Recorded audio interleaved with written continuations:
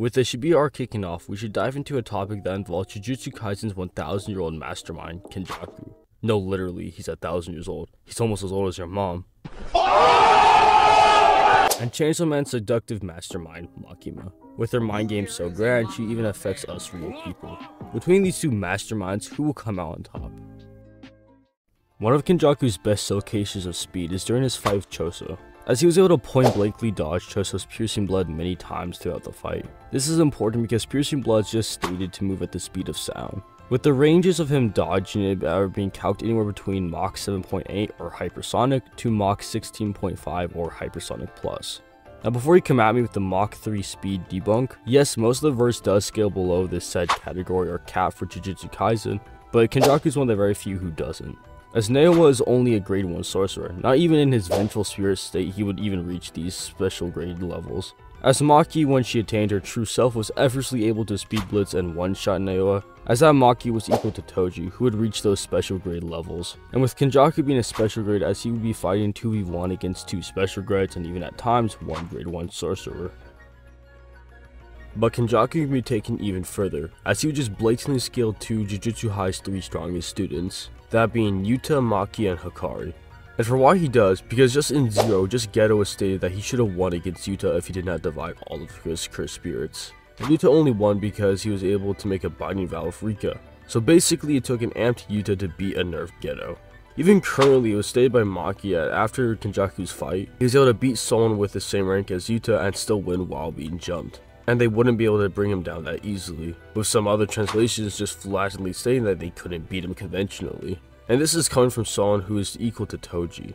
But it is also stated that all 3 Jujutsu High students were considered equal in some sense, meaning Kenjaku scaling to them would also allow him to scale to Hikari's dodging of the lightning bolt feat, which is calced upwards of Mach 4760 or massively hypersonic plus.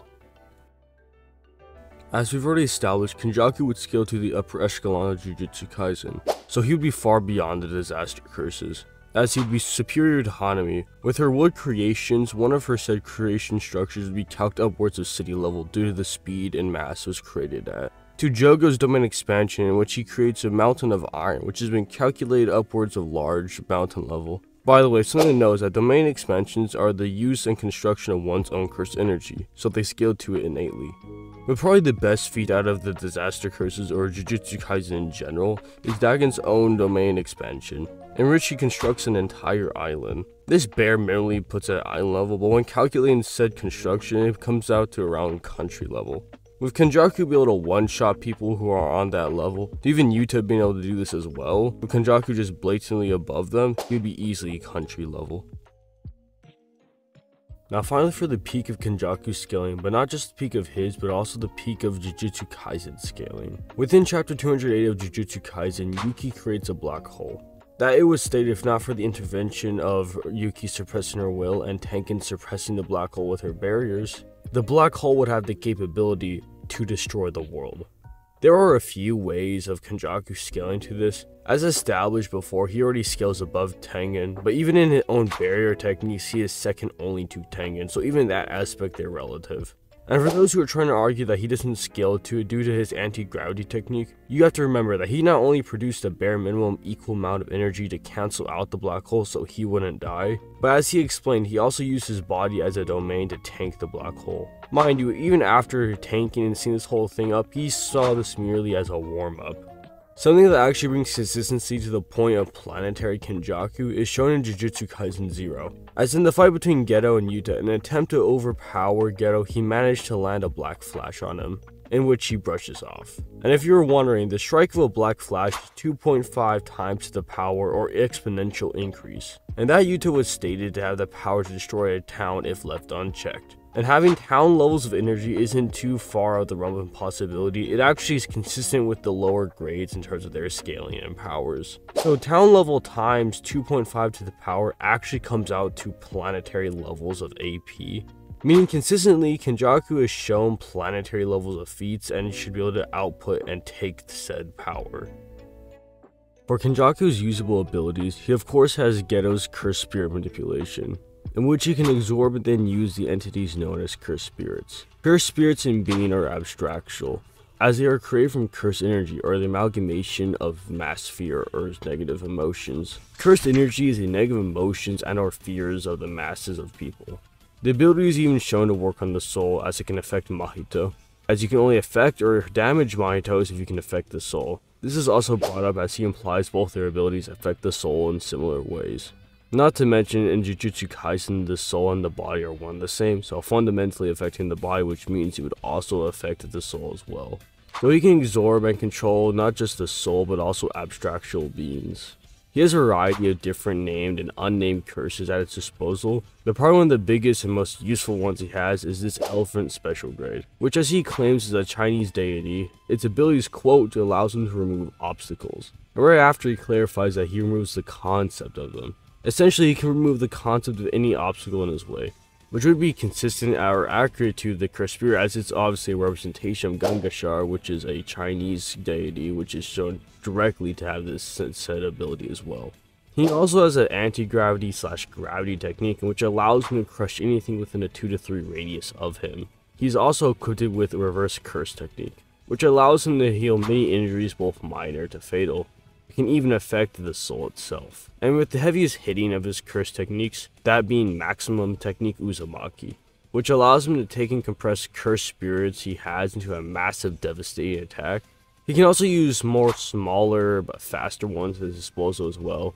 And lastly, his domain expansion, which he can create an open domain one, which if you're in his radius, he can apply his sure hit guarantee on you for any of his curse techniques. And with Kenjaku's final aspect of this fight, that being his battle paralysis, he would not only have all the memories and experiences of Geto, which we do see he has some level of Wing Chun, but with Kenjaku himself showing he has some arsenal or knowledge of boxing techniques in ways unimaginable for us to use as humans.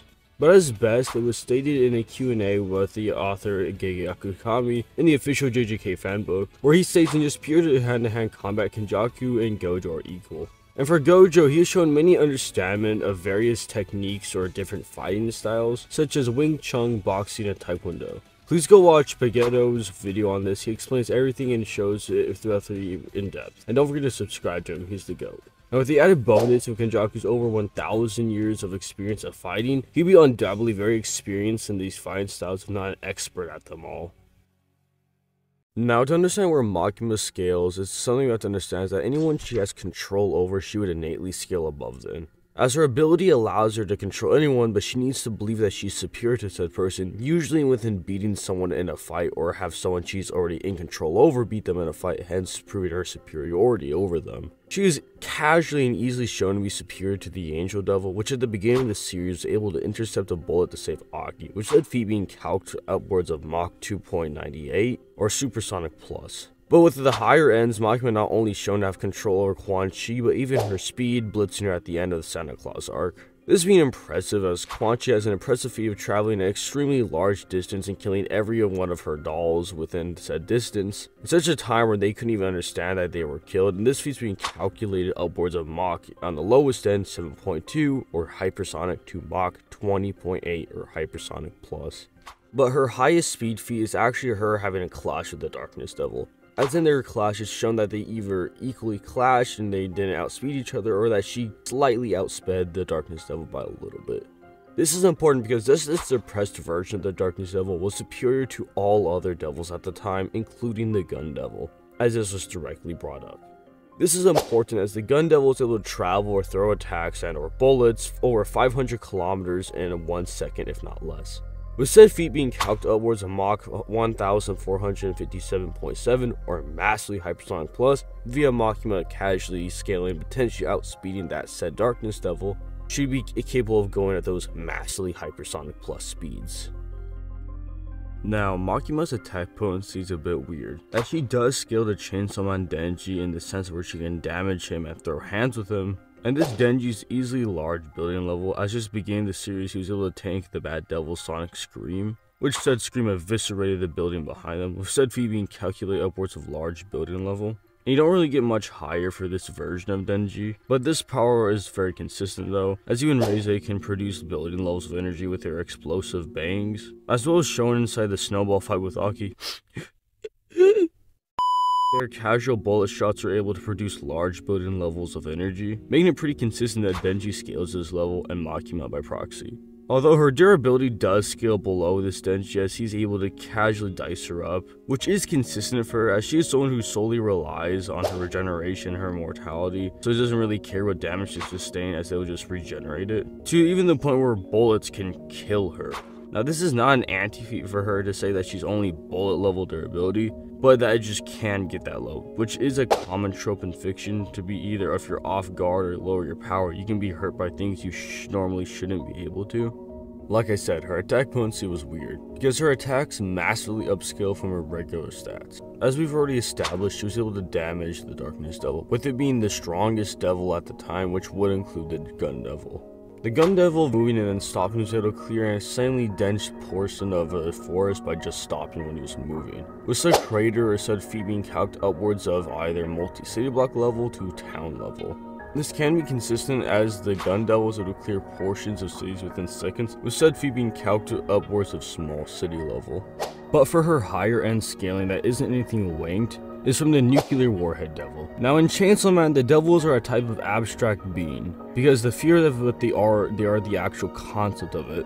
I made a whole video going in depth in this, so I recommend you check this out. But basically, when a devil truly dies, hence being erased, it's not just them or the fear being erased, it's what they actually are representing being erased and everything with it. Essentially, the concept's erased when the devil truly dies, meaning the concept's linked to the devil, not the other way around. Meaning that the Chainsaw Man devil killed and ate a potential composite nuke. The reason why I say a composite nuke is due to all the nuclear warheads cease to exist upon its erasure. Now during the time of Chainsaw Man, it takes place during the 1990s. So I'll round up all the nukes that potentially existed during that time of the world. It is estimated that around 60,000 nuclear warheads existed at the world at that time, with the average nuke having around 6 megatons of TNT, so the nuke devil would be comprised of 360,000 megatons of TNT or small country level. Once again, her raw AP does not scale to this, only her attacks do via hurting the Chainsaw Man devil. Now the last and by far the most impressive feat in all of Chainsaw Man was shown with the appearance of the primordial devil, the Falling Devil. The Falling Devil has an interesting ability to manipulate gravity in the sense of reversing it, and just her existence was causing this, to the point where she was manipulating or affecting the entire world, as she was causing landslides and cave-ins, meaning just her existence was capable of affecting the entire planet via reversing gravity. And when calculating this said feat, it comes upwards of the higher ends of multi-continental. And for why Makima's attacks, not her raw potency, scales to this, all of the primordial devils are implied to be on a similar echelon of power, as if they wasn't the case, they would have died to each other as they've never died before. And with Makima being able to damage a suppressed Darkness Devil, and with this feat from the Falling Devil also being suppressed as it was just caused by her existence, her attacks would scale to this multi-continental level via her attacks. Now, as we already established, devils have an abstract existence, and with Makima being the control devil, she would also have that. She also has a type of force manipulation, as we've already established she massively upscales from her own attack potency with said force. She's also able to control anyone or anything that she sees beneath her, but as she needs to prove her superiority over them via beating them in a fight or something along those lines. And the most important thing she has in her arsenal is her contract with the Prime Minister of Japan. That every time she takes a fatal or death injury, her life is replaced with a Japanese citizen. Meaning if we take the population of Japan at that time, Makima would have a total extra lives of 126,027,985 lives to spare. Before we move on to the conclusions, thank you George for the donation. All donations are much appreciated. Now after going over both respective characters, we see that Kenjaku's not only a bit faster than Makima, but way stronger in almost every category or meta you use or take for them. And when it comes down to hacks, Makima does have a form of mortality that, as we already established, is very limited, though very big. But as shown with Kenjaku, he can bring down low-level curses to the level of being able to one-shot people as strong, if not stronger than Makima. So within time, he can use his low-level curses to essentially dwindle her down and one-shot her many times over. And he could, if he really needs to, use his domain expansion for his guaranteed hits just to one-shot her continuously. Not to mention, which I do think is Kenjaku's biggest win con, is the fact that he would most likely be able to absorb her, as both devils and cursed spirits are abstractual, and there's nothing to say that she couldn't do that to her. And in character, he would. Overall, Kenjaku does take this victory with little to no effort, and don't forget to like, comment, and subscribe. And if you want to donate, my Cash App will be on screen and the link in the description below. Catch you on the next one. I got some big projects coming up. See ya.